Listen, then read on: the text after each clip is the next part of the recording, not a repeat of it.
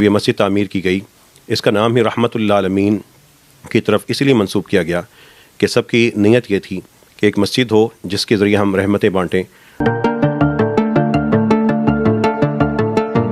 کوئی بھی شخص اگر تھکا ہے، دن بھر کا تھکا ہوا ہے، محنت مزدوری کر رہا ہے، دوپہر ہوئی تھک گیا، وہ مسجد رحمت للعالمین میں آ جائے. یہاں پہ آرام گاہ موجود ہے. ہر مسجد کے باہر ایک تختی لگی ہوئی ہوتی ہے جس میں لکھا ہوا ہوتا ہے مسجد حنفی بریلوی، دیوبندی، اہل تشیع اور بہت سارے مسالک کے نام لکھے ہوئے ہوتے ہیں. یہ مسجد کون سے مسلک کی ہے؟ بسم اللہ الرحمن الرحیم. السلام علیکم، میں ہوں خرم ابن شبیر اور آپ دیکھ رہے ہیں نور میڈیا چینل. مسجد رحمت للعالمین کے حوالے سے سوشل میڈیا پہ ویڈیوز وائرل ہو چکی ہیں. یہ صرف ایک مسجد ہی نہیں بلکہ پورا ایک سسٹم ہے. یہ سسٹم کیسے پایہ تکمیل تک پہنچتا ہے، اس کی بنیاد کیسے رکھی گئی، اس حوالے سے گفتگو کرتے ہیں جناب محترم عبید الرحمان صاحب سے. السلام علیکم سر. وعلیکم السلام ورحمۃ اللہ. سر پہلے بتائیے گا کہ یہ مسجد کا آئیڈیا کہاں سے ہے؟ ہمارے ہاں جو مساجد ہیں اس کا ایک ٹپیکل آئیڈیا ہوتا ہے مسجد میں نماز پڑھی اور گھر چلے گئے، لیکن یہ ایک پورا سسٹم سا بنا ہوا ہے. اس کا آئیڈیا کیسے آیا اور یہ کب سے آپ نے اسٹارٹ کیا؟ یہ آئیڈیا کوئی نیا نہیں ہے، یہ کوئی پہلی دفعہ ایسا نہیں ہو رہا، بلکہ اگر ہم رسول اللہ صلی اللہ علیہ وسلم کی مسجد کو دیکھیں تو وہ مسجد ایسی ہی تھی. ہم نے جو اپنی مساجد کا حال کر رکھا ہے وہ رسول اللہ صلی اللہ علیہ وسلم کی مسجد سے بالکل مختلف ہے. ہم اس لیے حیران ہوتے ہیں کہ ہم جس ماحول میں جی رہے ہیں اور جس طرح کی مساجد میں ہم جاتے ہیں وہاں پہ نماز تو ہے، لیکن رسول اللہ صلی اللہ علیہ وسلم کی وہ نظام، ان کی مسجد کا وہ نظام جس کے ذریعے صلاۃ کے ساتھ فلاح بھی عام ہوتی تھی، وہ ہماری مسجدوں میں نہیں ہے. رسول اللہ صلی اللہ علیہ وسلم کی مسجد کو تلاش کیجئے، احادیث کی کتابوں کا مطالعہ کیجئے، وہاں پہ نظر آئے گا کہ ایک بیٹی کو حق مل رہا ہے، ایک زخمی وہاں پہ اس کی تیمارداری ہو رہی ہے، لشکر وہاں سے روانہ ہو رہا ہے، فیصلہ وہاں پہ ہو رہا ہے، صلح وہاں پہ ہو رہی ہے، تعلیم کا عمل وہاں پہ جاری ہے، مریض وہاں پہ آ رہے ہیں، پریشان حال وہاں پہ بیٹھ کے دعا کر رہے ہیں.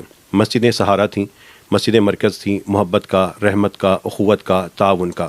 یہ مسجدیں جب یہ مسجد تعمیر کی گئی اس کا نام ہی رحمت للعالمین کی طرف اسی لیے منسوب کیا گیا کہ سب کی نیت یہ تھی کہ ایک مسجد ہو جس کے ذریعے ہم رحمتیں بانٹیں. ہم نے صرف نیت کی تھی، ارادہ کیا تھا. اللہ تعالیٰ نے ہمیں ہماری نیتوں سے کہیں گنا بڑھ کر، عمل سے کئی گنا بڑھ کر ہمیں اس نیکی کا اثر دکھا دیا. یہ مسجد رحمت للعالمین ہے. جی سر، ہم نے سوشل میڈیا پہ جب یہ ویڈیو دیکھی اور اس کے بعد ہماری کوشش یہ ہوئی کہ ہم خود جائیں، جا کے وزٹ کریں. ہم نے ماشاءاللہ وزٹ کیا. ہر وہ چیز جو میڈیا پہ دکھائی گئی ہے بالکل ویسے ہی ہے. تو یہاں دسترخوان کا سلسلہ بھی ہے. یہ سارا سلسلہ کیسے پایہ تکمیل تک پہنچتا ہے؟ مطلب کہ اس کے لیے فنڈنگ کا کیا طریقہ کار ہوتا ہے؟ یہاں پر اللہ تعالیٰ کے خاص بندے خود پہنچتے ہیں، اپنا حصہ ڈالتے ہیں، چلے جاتے ہیں. مسجد رحمت للعالمین کسی سے رابطہ نہیں کرتی. یہاں کا کوئی شخص چندہ نہیں مانگتا.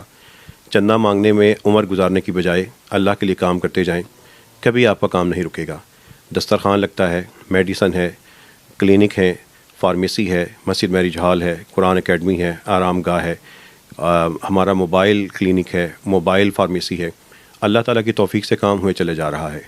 اللہ تعالیٰ خود اپنے نیک بندوں کے دل اس طرف موڑتا ہے. وہ یہاں پہ بھی ہیں، دور دراز بھی ہیں. فنڈز ٹرانسفر کر دیتے ہیں، بینک میں بھیج دیتے ہیں، سامان پہنچا دیتے ہیں، بستر آ رہے ہیں، کپڑے آ رہے ہیں، شوز آ رہے ہیں، صوفہ آ رہا ہے، قالین، لہنگے، غرارے، ہر چیز یہاں پہ آ رہی ہے. یہ اسلام آباد کے لوگ اور اس مسجد سے محبت کرنے والے کمال کی ایک تاریخ رقم کر رہے ہیں. اچھا، یہ میں نے شادی ہال بھی دیکھا ہے یہاں.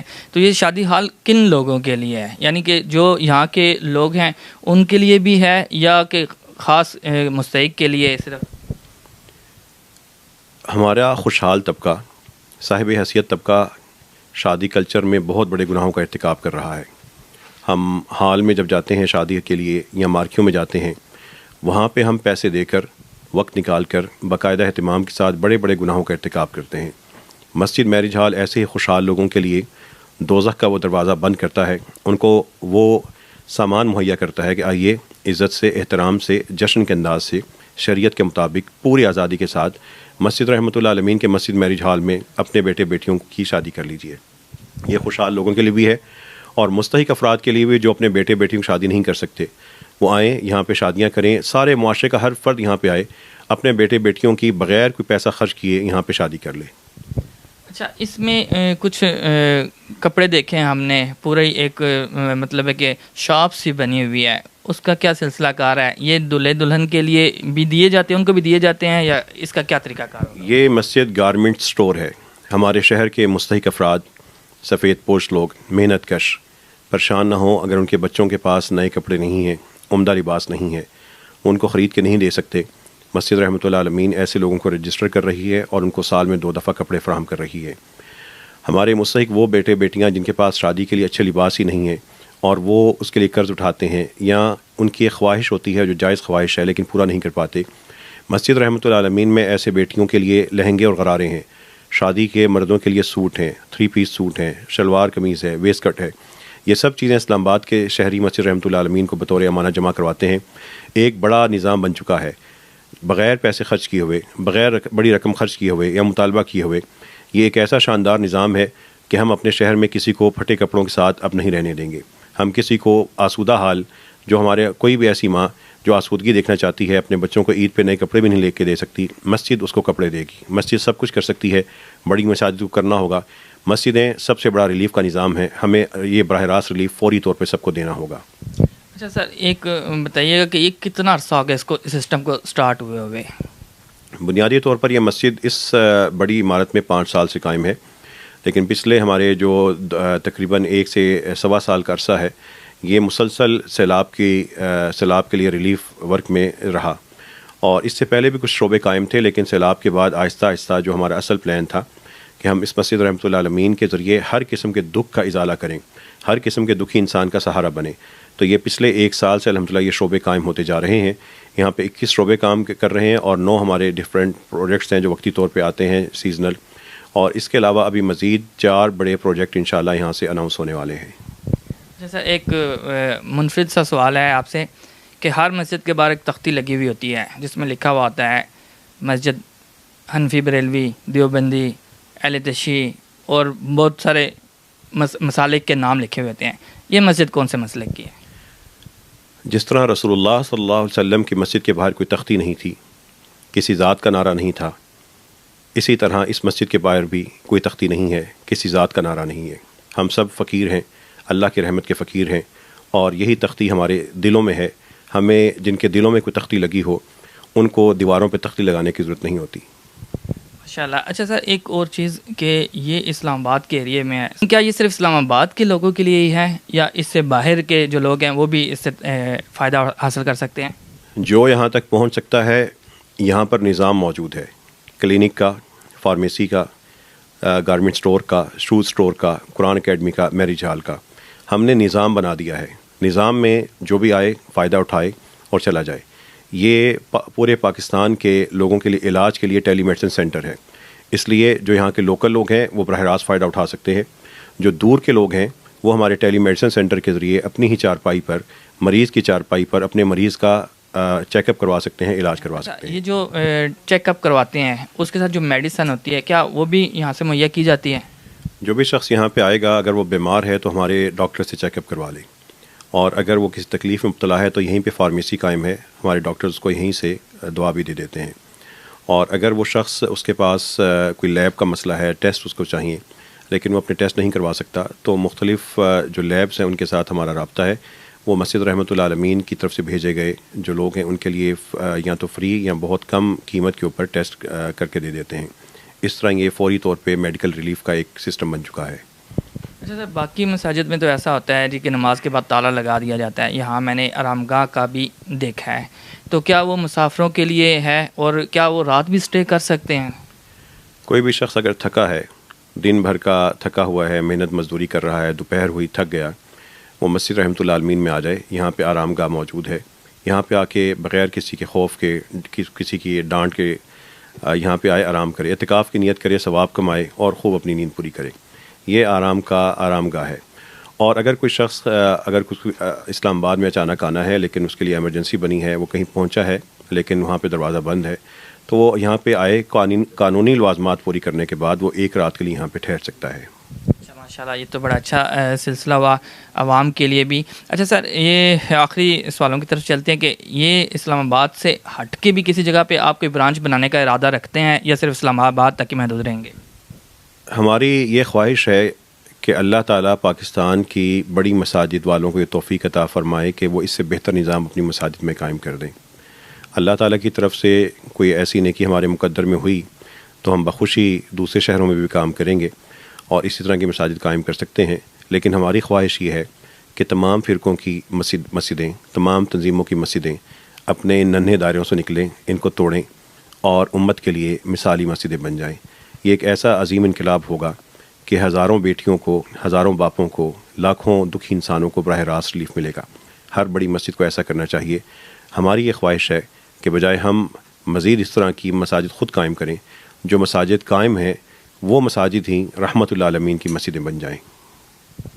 اچھا سر، لاسٹ سوال کرتے ہیں کہ یہ جو سسٹم بنا ہے آپ کا، میں نے مطلب پاکستان میں کہہ لیں، یا زیادہ میرا اتنا سفر بھی نہیں ہے یا میری اتنی ایج بھی نہیں ہے، لیکن میں نے پہلی دفعہ دیکھا ہے اتنا اچھا سسٹم، پہلی دفعہ دیکھا ہے. کیا اتنا اچھا سسٹم بنانا اتنا مشکل ہے کہ لوگ اس طرف آتے نہیں ہیں، باقی کاموں کی طرف جاتے ہیں؟ آئیے سسٹم بنانے کا میں آپ کو طریقہ بتاتا ہوں یہ کتنا مشکل ہے. دسترخوان کا نظام بناتے ہیں. ایک دن ظہر کی نماز سے پہلے ہمارے سارے اسٹاف کا کھانا تیار ہو رہا تھا. میں نماز پڑھانے کے لیے جب مسجد کی سیڑھیاں چڑھ کے اوپر گیا تو اقامت کے وقت میں نے محسوس کیا کہ میرے پیچھے کھڑے ہونے والے نمازیوں میں سے کچھ نمازی تھکے آ رہے ہیں، نڈھال سے آ رہے ہیں. ظاہری بات ہے دوپہر کا وقت تھا. میرے دل میں احساس ہوا یہ مزدور ہیں، بھوکے ہیں، ڈرائیور ہیں، بھوک کی حالت میں ہیں. میں نے نماز پڑھانے کے بعد جو کھانا اپنے اسٹاف کے لیے اور اپنے لیے رکھا تھا وہ اٹھا کے مسجد کے باہر صحن میں رکھ دیا، فٹ پاتھ پہ رکھ دیا کہ پہلے یہ لوگ کھانا کھائیں گے پھر ہم کھانا کھائیں گے. وہ 12 لوگوں کا کھانا تھا. پہلے دن 12 لوگوں نے کھانا کھایا اور ہم نے اعلان کر دیا آج کے بعد کھانا ہم آپ کو دیں گے، نماز سے پہلے یا نماز کے بعد. دوسرے دن 30 لوگ تھے اور اس کے بعد آج 2 سال مکمل ہو چکے ہیں. نہ مجھے حساب کرنے کی ضرورت پیش آئی، نہ میں نے کبھی سوچا کہ کتنا خرچ ہوگا، نہ کتنے لوگ آئیں گے. اللہ کی مخلوق ہے، آتی ہے اور ایک کام شروع ہو چکا ہے. اس کے لیے فنڈز نہیں، اس کے لیے بلند جذبے درکار ہیں. آپ اللہ کا نام لے کے اس راستے پہ چل پڑیں، دیکھیے اللہ تعالیٰ کیسے آپ کی ساری مشکلیں دور کرتا ہے. دوسرا بڑا نظام جو مسجد میرج ہال کا ہے، ایک خاتون اسی دفتر میں مجھ سے مال مانگنے کے لیے آئی، بڑی خوددار باپردہ عورت، گھروں میں کام کرنے والی لیکن رزق حلال کمانے والی. آ کے کہنے لگی میری بیٹی کی شادی ہے، مجھے زکوٰۃ میں سے مدد کر دیجیے. مسجد کا جو ماہانہ چند ہزار روپے فنڈ تھا ان میں سے میں نے 5,000 اس کو دے دیا. اور جب وہ جا رہی تھی تو میں نے سوچا کہ میں نے اس کو 5,000 دے کے ٹالا ہے، اس کے مسئلے کا حل نہیں نکالا. امام کے شایان نشان یہ ہے ہی نہیں کہ لوگوں کو ٹالے، اس کو مسجد کا پورا اپنے لوگوں کا حل نکالنا ہوگا. حل کیا ہوگا؟ اللہ تعالیٰ نے ذہن میں ڈالا. ہم نے اسی جو ایک آپ نے میرج ہال دیکھا ہے جو ہمارا اصل میں لیکچر ہال تھا، وہاں پہ کرسیاں رکھیں، بوفے کے سسٹم لے کے آئے، رکھ دیا اور اعلان کر دیا اسلام آباد کی کوئی بھی مستحق ماں آج کے بعد اپنی بیٹے بیٹیوں کی شادی کے لیے قرضے نہ اٹھائے، مجبور نہ ہو. آئے، اس کے پاس بیٹھنے کی جگہ نہیں ہے، نا اس کے پاس مارکیٹ ہوٹل کا کرایہ نہیں ہے، وہ کھانا کھلانے کے پیسے نہیں، یہ ہم خود پورا کر دیں گے. مسجدیں بغیر خرچ کیے ہوئے پورے کر سکتی ہیں. اب آپ یہاں پہ سینکڑوں بیٹیوں کو لے آئیں، بیٹوں کو لے آئیں، ان کے لیے ہمیں پیسوں کی ضرورت نہیں ہے. ان کے لیے ہال موجود ہے، کراکری موجود ہے. اگر وہ صاحب حیثیت ہیں اتنا کر سکتے ہیں کہ اپنے مہمانوں کو کھانا کھلا لیں، خود کھلا لیں. اگر نہیں کر سکتے، مسجد رحمت اللہ عالمین ایک قافلہ رحمت بن چکی ہے. یہ قافلہ رحمت اپنی بیٹیوں کے لیے، اپنے بیٹوں کے لیے شاندار طریقے سے کھانا پکوا کے ان کی شادی کر دیتا ہے. یہ ہے کل حقیقت اس نظام کی. اب آپ سمجھ لیں کہ کتنا مشکل ہے، کتنا آسان ہے. بہت شکریہ سر. اور اسی گفتگو کے ساتھ اجازت چاہیں گے. ہم نے جب سوشل میڈیا پہ یہ دیکھا تھا تو ہم نے کہا کہ خود جا کے دیکھیں گے، تحقیق کریں گے اور پھر اس کے بعد اس کے حوالے سے ویڈیو بنائیں گے. تو ماشاءاللہ جو چیزیں ہم نے سوشل میڈیا پہ دیکھی بالکل 100% وہی ہیں اور ہم نے خود کور کی ہیں ساری. تو ہم بھی چاہتے ہیں کہ جس طرح مسجد رحمت اللہ عالمین اسلام آباد میں ہے، اس طرح ہر مسجد جو ہے وہ مسجد رحمت اللہ عالمین بنے. اجازت چاہیں گے، انشاءاللہ پھر اگلے پروگرام میں ملیں گے آپ سے. اللہ حافظ.